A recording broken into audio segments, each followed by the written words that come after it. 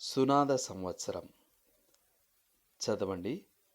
యెషయా గ్రంథము 60వ అధ్యాయం నుండి 62వ అధ్యాయం వరకు. ఏలయనగా న్యాయము చేయుట యెహోవానగు నాకు ఇష్టము. ఒకడు అన్యాయముగా ఒకని సొత్తు పట్టుకొనుట నాకు అసహ్యము. సత్యమును బట్టి వారి క్రియాఫలమును వారికిచ్చుచు వారితో నిత్య నిబంధన చేయుదును.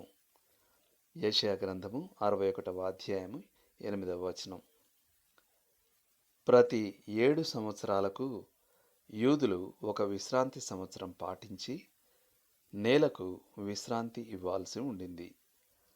7 విశ్రాంతి సంవత్సరాల తర్వాత వారు 50వ సంవత్సరాన్ని సునాద సంవత్సరంగా జరుపుకోవాలి. ఆ సంవత్సరం అప్పులన్నీ రద్దు చేయాలి. భూములన్నీ వాటి స్వంతదారులకు ఇచ్చివేయాలి. బానిసలను విడుదల చేయాలి.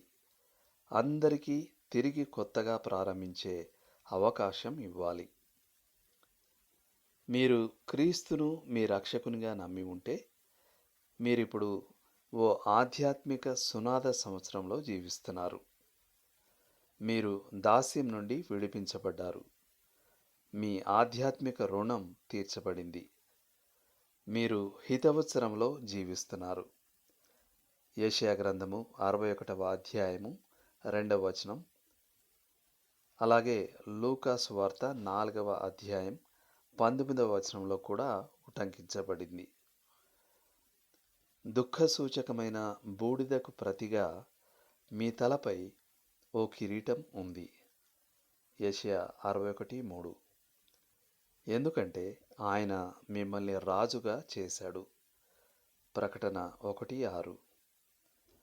మీరు పరిశుద్ధాత్మ అనే తైలంతో అభిషేకించబడ్డారు మరియు నీతి వస్త్రం ధరించి ఉన్నారు. లోతుగా ఆలోచించాల్సిన విషయం.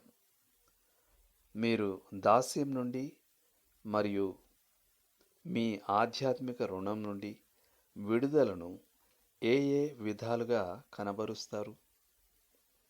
ఆమేన్.